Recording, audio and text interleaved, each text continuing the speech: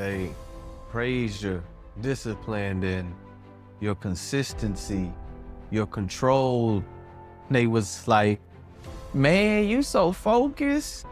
You always locked in. Hey, you don't miss. But he didn't even know the truth. Because your discipline, I hate to tell you, wasn't some divine gift. It wasn't even talent. It wasn't even motivation. In fact, it was a shield you had to build when nobody was coming to protect you. And I know you feel that, because that's how I was. See, you didn't become disciplined because you were strong. You became disciplined because you had no choice. Because if you didn't show up, no one else would. If you didn't excel, you got overlooked. And if you didn't control something, hell, you felt like a little boy, like you felt out of control everywhere. So guess what you did, which was only natural? You tightened up, you got sharp, and you learned how to hold it all together, even when you were falling apart.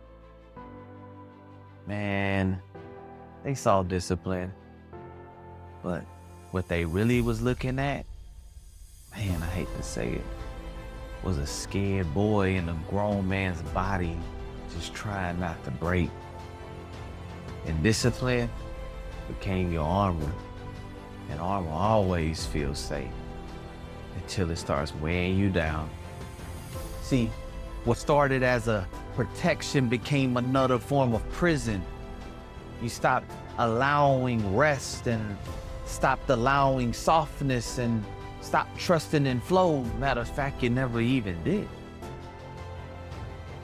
You know, stillness scared you because stillness meant being exposed. So you worked harder, tighter, more rigid.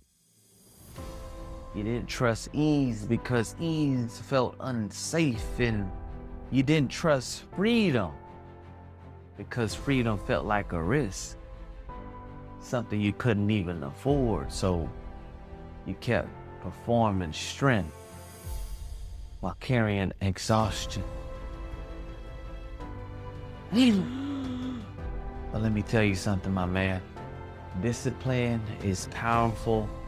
I don't want to take that away, but it's not the goal. See, you didn't come here to control your whole life. At least that's what I thought. Because I thought we was on the same page, because you came here to create it. But that shield that once protected you, it can't guide you no more. You've outgrown it. And that's not a weakness. That's wisdom.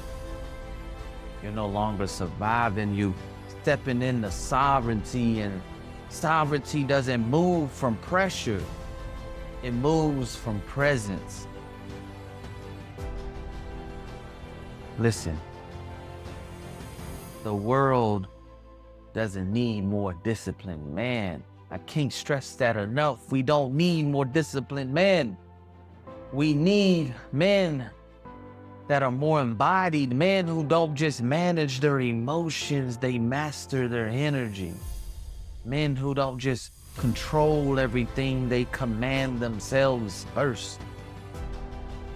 This is what the Untouchable Man is about. This is why I created the Untouchable Man, because it's not just about building power and being strong, but finally be able to be still enough to feel it.